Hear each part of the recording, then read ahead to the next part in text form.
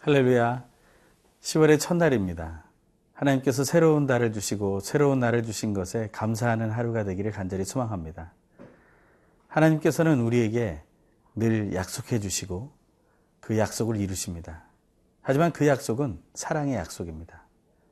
그래서 하나님이 허락하시고 말씀하신 사랑의 언약은 결코 이루어지지 않은 적이 없었습니다. 하나님의 사랑의 언약, 그것이 언제든지 이루어질 수 있게 된 것은 어떤 이유 때문일까요? 우리는 하나님의 말씀을 날마다 듣기를 원하는, 묵상하는 사람들입니다. 큐티는 하나님께서 나에게 주시는 말씀을 내가 듣는 것이기 때문입니다.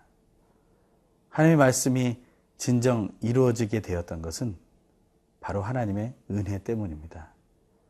10월의 첫날, 하나님의 은혜를 깊이 묵상하고 믿으며 10월 한 달을 또 우리의 남은 일생을 살아가게 되기를 간절히 소망합니다.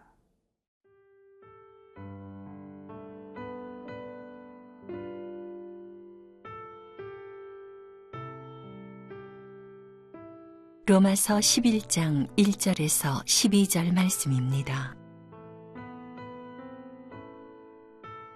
그러므로 내가 말하노니 하나님이 자기 백성을 버리셨느냐? 그럴 수 없느니라. 나도 이스라엘이니요 아브라함의 씨에서 난 자요 베냐민 지파라. 하나님이 그 미리 하신 자기 백성을 버리지 아니하셨나니 너희가 성경이 엘리야를 가리켜 말한 것을 알지 못하느냐. 그가 이스라엘을 하나님께 고발하되 주여 그들이 주의 선지자들을 죽였으며 주의 제단들을 헐어버렸고 나만 남았는데 내 목숨도 찼나이다 하니 그에게 하신 대답이 무엇이냐. 내가 나를 위하여 바알에게 무릎을 꿇지 아니한 사람 7,000명을 남겨두었다 하셨으니 그런즉 이와 같이 지금도 은혜로 택하심을 따라 남은 자가 있느니라. 만일 은혜로 된 것이면 행위로 말미암지 않음이니 그렇지 않으면 은혜가 은혜되지 못하느니라. 그런즉 어떠하냐. 이스라엘이 구하는 그것을 얻지 못하고 오직 택하심을 입은 자가 얻었고 그 남은 자들은 우둔하여졌느니라. 기록된 바 하나님이 오늘까지 그들에게 혼미한 심령과 보지 못할 눈과 듣지 못할 귀를 주셨다 함과 같으니라. 또 다윗이 이르되 그들의 밥상이 올무와 덫과 거치는 것과 보응이 되게 하시옵고 그들의 눈은 흐려 보지 못하고 그들의 등은 항상 굽게 하옵소서 하였느니라. 그러므로 내가 말하노니 그들이 넘어지기까지 실족하였느냐. 그럴 수 없느니라. 그들이 넘어짐으로 구원이 이방인에게 이르러 이스라엘로 시기 나게 함이니라.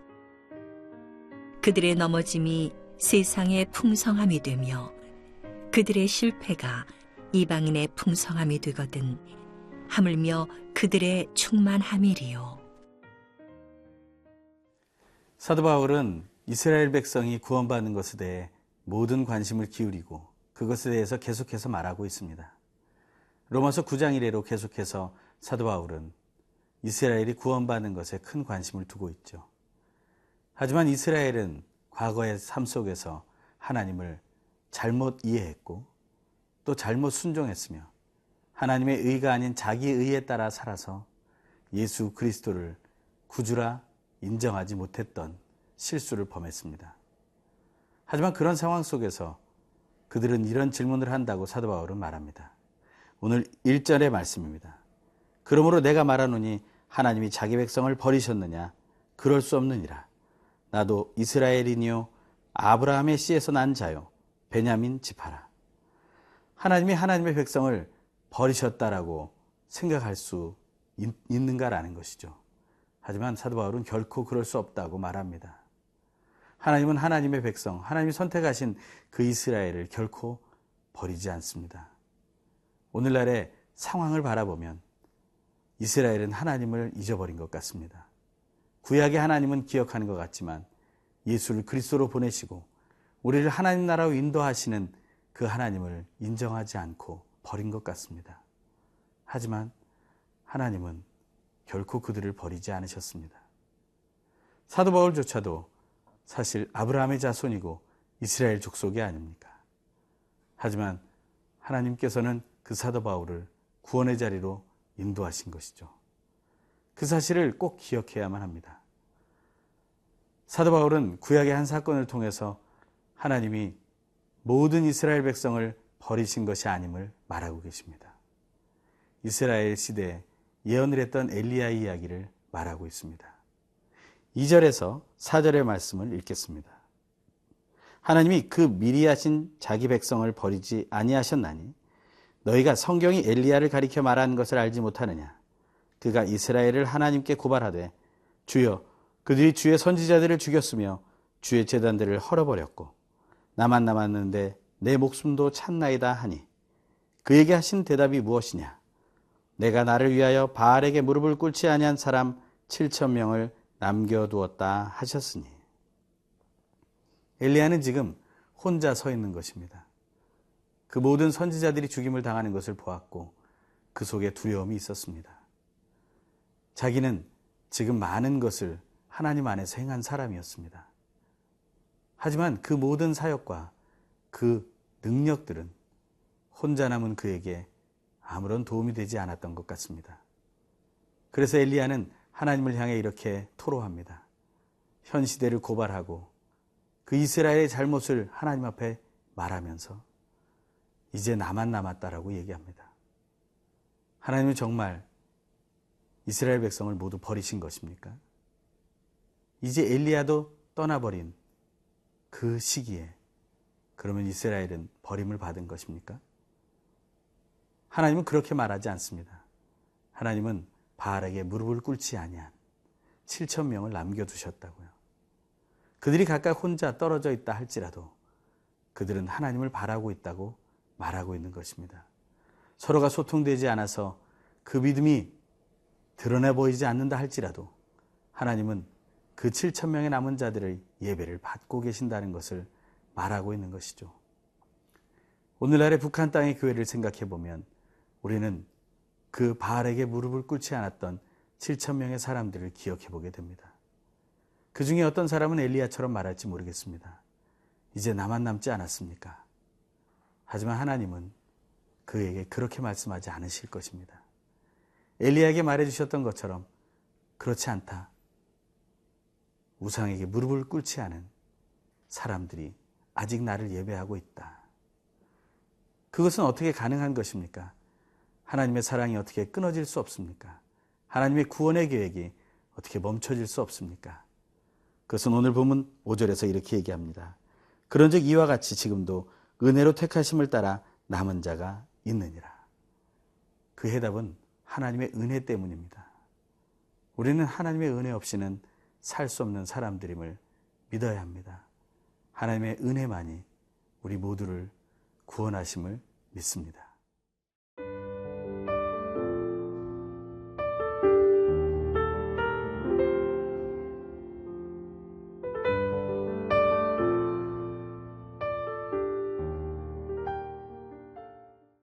예수를 그리스도로 믿는 사람들에게 엘리야가 겪었던 것 같은 그런 외로움과 어려움이 닥치게 됩니다.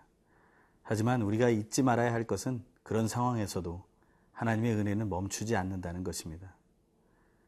우리가 고난 속에서도 하나님의 사랑은 계속해서 흘러가고 있었고 우리가 승리를 하여도 하나님의 사랑이 그 기반에 있었다는 것을 기억하면 하나님의 은혜가 우리 안에 늘 흘러넘친다는 사실을 우리는 잊어서는 안 될 것입니다. 하지만 눈에 보이지 않는 그 은혜를 우리는 어떻게 체험할 수 있습니까? 그것에 대해서 오늘 본문 6절은 이렇게 말하고 있습니다. 만일 은혜로 된 것이면 행위로 말미암지 않음이니 그렇지 않으면 은혜가 은혜되지 못하느니라. 은혜는 우리의 행위로 얻는 것이 아닙니다. 어떤 행위에 대한 대가가 은혜가 아니라는 것이죠.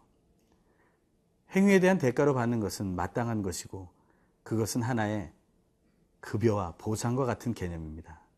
하지만 은혜는 급여도 보상도 아닌 것이죠. 사실 우리가 결코 얻을 수 없는 것인데 그것을 얻게 되었다는 것, 그것이 은혜이기 때문입니다. 그래서 은혜라는 것은 결코 우리의 행위와 관계되지 않습니다.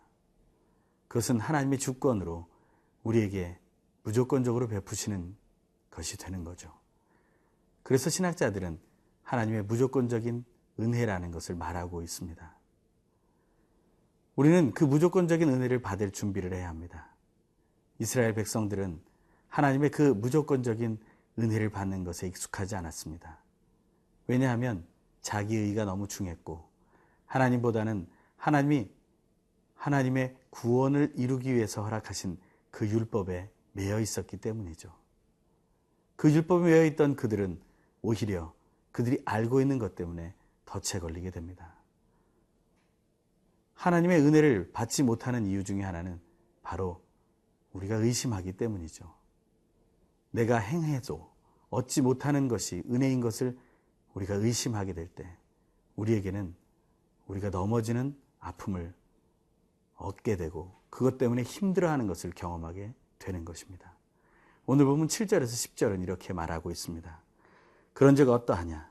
이스라엘이 구하는 그것을 얻지 못하고 오직 택하심을 입은 자가 얻었고 그 남은 자들은 우둔하여졌느니라. 기록된 바 하나님이 오늘까지 그들에게 혼미한 심령과 보지 못할 눈과 듣지 못할 귀를 주셨다 함과 같으니라. 또 다윗이 이르되 그들의 밥상이 올무와 덫과 거치는 것과 보응이 되게 하시옵고 그들의 눈은 흐려 보지 못하고 그들의 등은 항상 굽게 하옵소서 하였느니라. 사도 바울은 신명기와 이사야의 말씀을 통해서 의심했던 그들에게 주어진 하나님의 징벌과 같은 그런 현상을 말해주고 있습니다. 그것은 어떤 것이었습니까? 그 남은 자가 되었음에도 불구하고 택하심을 얻은 자였음에도 불구하고 그들은 우둔하여졌다라고 말합니다. 오늘 보면 영어 성경에 보면 hardened라는 단어를 쓰고 있습니다. 그것은 마음이 굳어져 버렸다라는 것이죠. 그것에 대해서 구체적으로 8절에는 이렇게 얘기합니다. 하나님이 오늘까지 그들에게 혼미한 심령과 보지 못할 눈과 듣지 못할 귀를 주셨다고요. 마음으로 믿어 의에 이르고 입으로 시인하여 구원에 이르러야 하는데 그들의 마음이 이미 혼미해졌던 것이죠. 그들의 눈이 보지 못하게 됐고 그들의 귀는 듣지 못하게 된 것입니다. 복음을 받아 증거해야 할 자가 하나님의 말씀을 깨닫지 못한다면 그것은 얼마나 안타까운 일이 되겠습니까?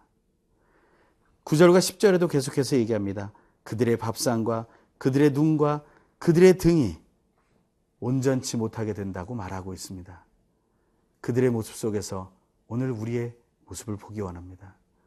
묵상하는 자로서 하나님의 말씀을 듣는다 하면서도 마음이 혼미해 있고 눈과 귀가 그 기능을 제대로 하지 못하게 된다면 너무나 안타까운 일을 체험하게 될 것입니다. 우리는 하나님의 은혜를 잊어버리고 넘어지게 될 거라는 것이죠. 그리고 우리가 의심해도 계속해서 흘러가는 그 하나님의 은혜가 있음에도 우리는 하나님을 멀리하는 그것을 선택하게 될지도 모른다는 것입니다. 묵상하는 자들도 하나님을 등질 수 있습니다. 하지만 하나님은 다시 하나님의 은혜 속으로 돌아오기를 간절히 원하십니다. 오늘도 의심하는 우리에게도 믿는 우리에게도 어려움을 당한 우리에게도 하나님의 은혜는 계속 멈추지 않고 흐르고 있습니다. 기도하겠습니다.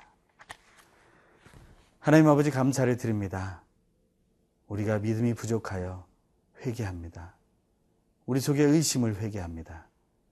우리가 하나님의 복음을 받았음에도 그것을 드러내지 못함을 회개합니다. 10월의 첫날을 시작하며 우리의 마음을 붙들어 주시고 하나님의 은혜가 결코 끊어지지 않음을 믿으며 그 속에 거하게 하여 주시옵소서. 예수님의 이름으로 기도합니다. 아멘.